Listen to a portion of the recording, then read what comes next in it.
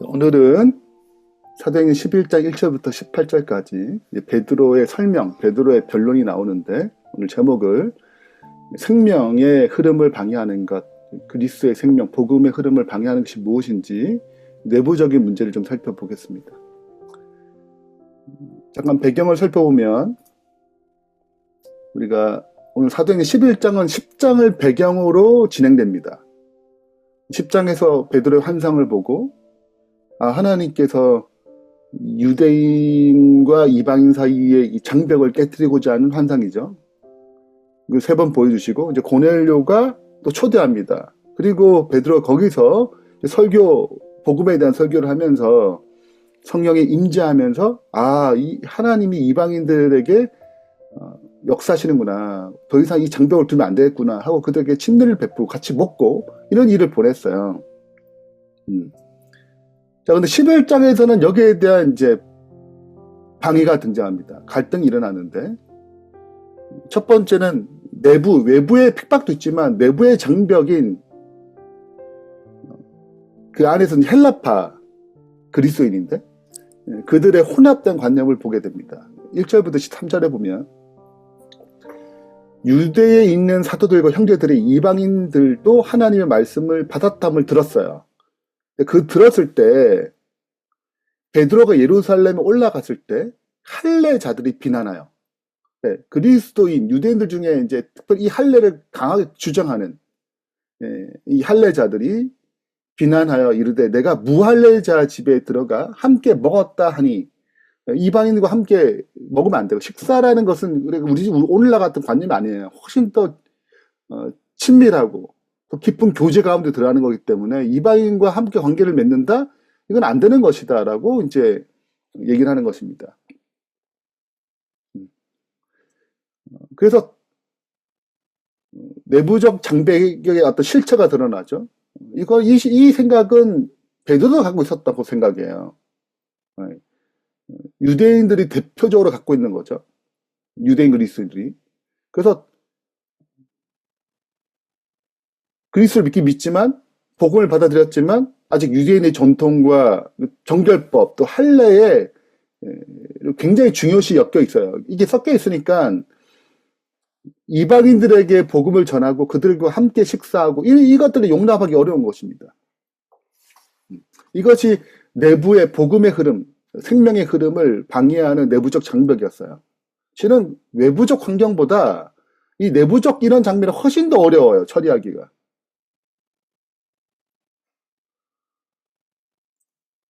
이 혼합된 장벽을 만드는, 관념을 만드는 이 장벽들이 있는데 이것은 먼저 복음의 흐름을, 생명의 흐름을 차단합니다. 복음의 순수한 것을 막아요.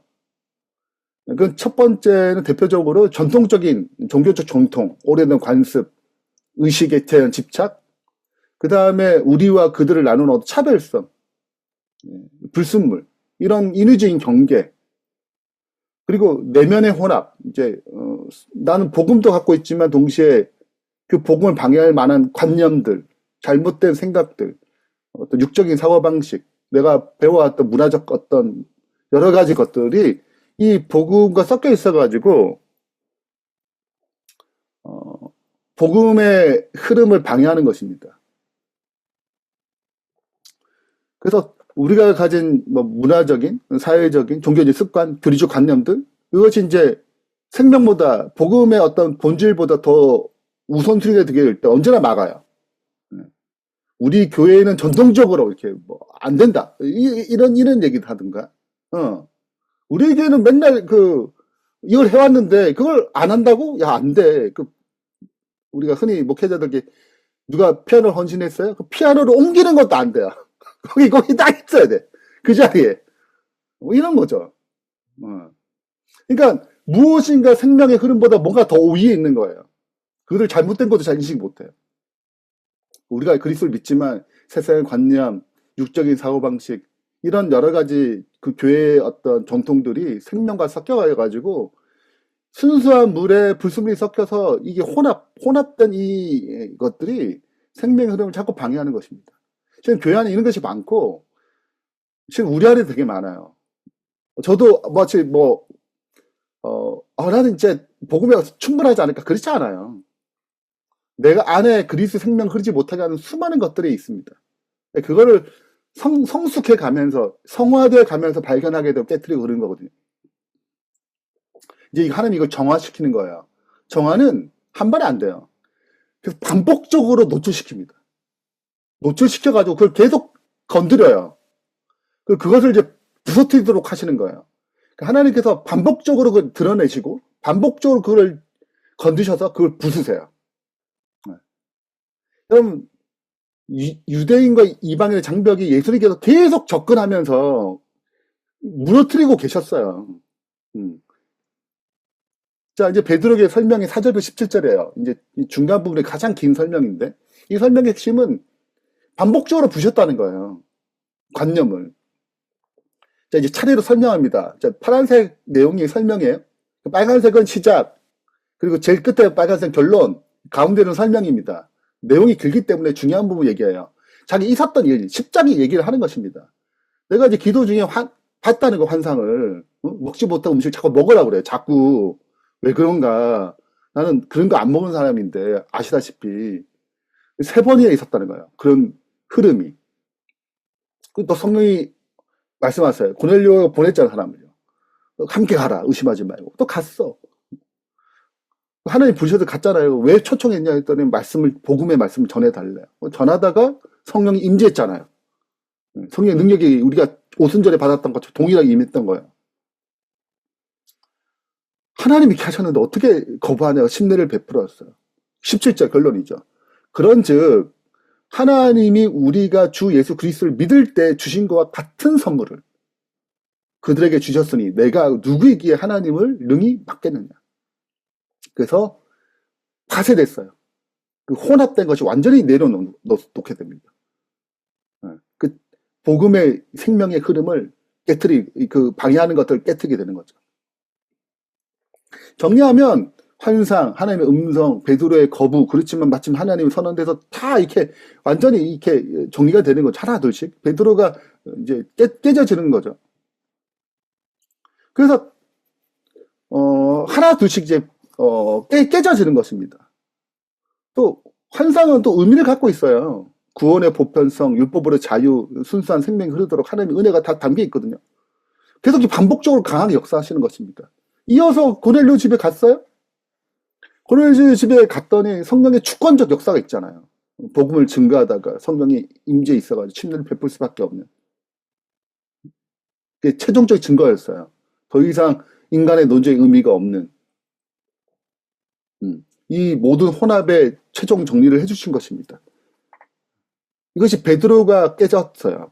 그리고 생명이 이방인들 충분히 흘렀고, 이것이 이제 여러분 이게 왜 중요하냐면 13장에 이방인들의 본격적인 역사가 일어나거든요. 내일 살펴볼 것이 이 이방 선교의 중심 센터인 안디옥 교회가 세워져요. 자, 그러니까 이 하나님께 13장까지 가기 위해서 지금 하나하나 처리하는 거예요. 그래서 이 경험하시고 안디옥 교회 세우시고, 그러면 사울을 부르고, 네, 새로 리더십 형성되고 13장에 드디어 이방 선교를 위한 놀라운 역사가 시작되는 거거든요. 그러니까 하나 둘씩 그 반복적인 말씀과 역사로 우리가 갖고 있는 이 혼합된 그 내부의 장벽들, 복음을 흐르지 못하게 만드는, 생명을 흐르지 못하게 하는 것들을 다 깨뜨리는 것입니다. 자, 그 결과, 반응, 이 말씀을 듣고 나타난 반응, 하나님께 영광 돌게 되죠. 결론인데, 18절인데, 18절. 그들이 이 말을 듣고 잠잠하여 하나님께 영광을 돌려 이르되, 그러면 하나님께서 이방인에게도 생명을 얻는 회개를 주셨도다. 18절입니다. 인정하죠. 혼합된 장벽이 붕괴되고 생명이 흐르게 되면 하나님께 영광 돌리는 역사가 일어나는 것입니다. 더 이상 비난하지 않아요. 하나님 주신 것을 인정했습니다. 그때 뿌리 깊은 이 혼합된 관념을 하나님의 순수한 생명의 능력 앞에 다 깨어지는, 무너지는 순간이죠. 그래서 혼합된 관념이 이제 포기되고 생명에 흐르죠. 이제 복음의 순수성이, 생명이 이제 흘러가게 되는 거예요. 그들이 하나님께 영광 돌리게 되고 복음이 이제 확장되는 거예요. 이방에 더 많은 생명이 흘러가도록 역사되는 것입니다. 자, 그러니까 우리가 이게 세 번째 핵심인데 혼합된 관념이 포기될 때, 깨질 때마다 생명이 흘러나요. 마치 향유 옥합이 깨질 때 그 옥합의 그 향이 퍼지는 것처럼 우리 안에 이 많은 관념들, 그런 어떤 잘못된 개념들이 깨져 나갈 때 그게 때마다 하나님의 생명의 능력이 그리스도의 향기가 나타나는 것입니다. 자, 우리가 배울 교훈들 정리하겠습니다. 첫 번째는 혼합된 관념이 있어요. 살펴봐야 돼요. 끊임없이. 어떤 혼합된 관념에 갇혀 있는지. 세상의 철학, 내 육적인 사고방식, 내가 늘 하던 어떤 사고방식들이 있어요. 이런 또 종교적 관습들, 문화적인, 교육적인, 개인적인 체험, 이 많은 것들이 섞여 있어요. 이것을 정립하는 거예요. 성서적인 원리로, 생명의 흐름으로, 진리로. 네. 근데 이런 갈등이 있을 때, 이제, 이 진리와 내가 갖고 있는 관념이 부딪힐 때 갈등이 발생하거든요. 네. 근데 이것은 이제 내려놓는 과정이 생명 흐르는 중요한 부분이다. 그래서 끊임없이 접촉해야 돼요. 진리와 복음과 혼합을 제거하기 위한 말씀과 끊임없이 접촉해야 되는 거예요. 하나님과 끊임없이 접촉해야 돼요. 그분의 역사에 끊임없이 접촉해야 되죠. 왜냐하면 성령님께서 그걸 하시니까.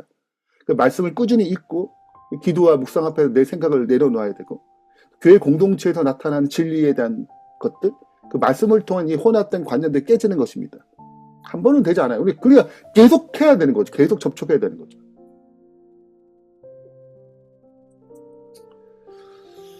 그래서 내 혼합된 관념을 인식해야 되고 말씀 앞에 지속적으로 서야 되고 성령의 인도하심에 순종해야 되고 그러면 이제 우리가 깨지면 깨질수록 하나님의 생명의 순수한 통로가 되는 것입니다. 그럼 하나님께 영광 돌리는 놀라운 역사들이 우리 삶 가운데 일어납니다. 제가 이제 생각해보면 제가 복음에 대한 진리들을 그렇게 완벽하게 이해하지 못했어요. 신학과 다니면서 불구하고. 왜? 내 관념이 있기 때문에 그게 해결이 안 되는 거야. 맨날 구원에 대한 그 확신도 헷갈렸고 복음에 대한 선명성도 없으니까. 그래서 전도 다녔어요. 근데 그게 깨질 때 제가 말하는 복음이 얼마나 순수하게 나오겠냐고요. 저도 완전주의에 빠져봤기 때문에 이 복음이 그 혼합된 관념이 얼마나 내 신앙과 내 삶을 깨트리고 다른 사람에게 영향을 주기 때문에 그래서 우리가 끊임없이 이 혼합된 관념에 대해서 인식하고 깨트리고 순수한 통로가 되도록 우리가 주 앞에 설 수 있는 진실한 백성 되길 바라면서 말씀 마치겠습니다.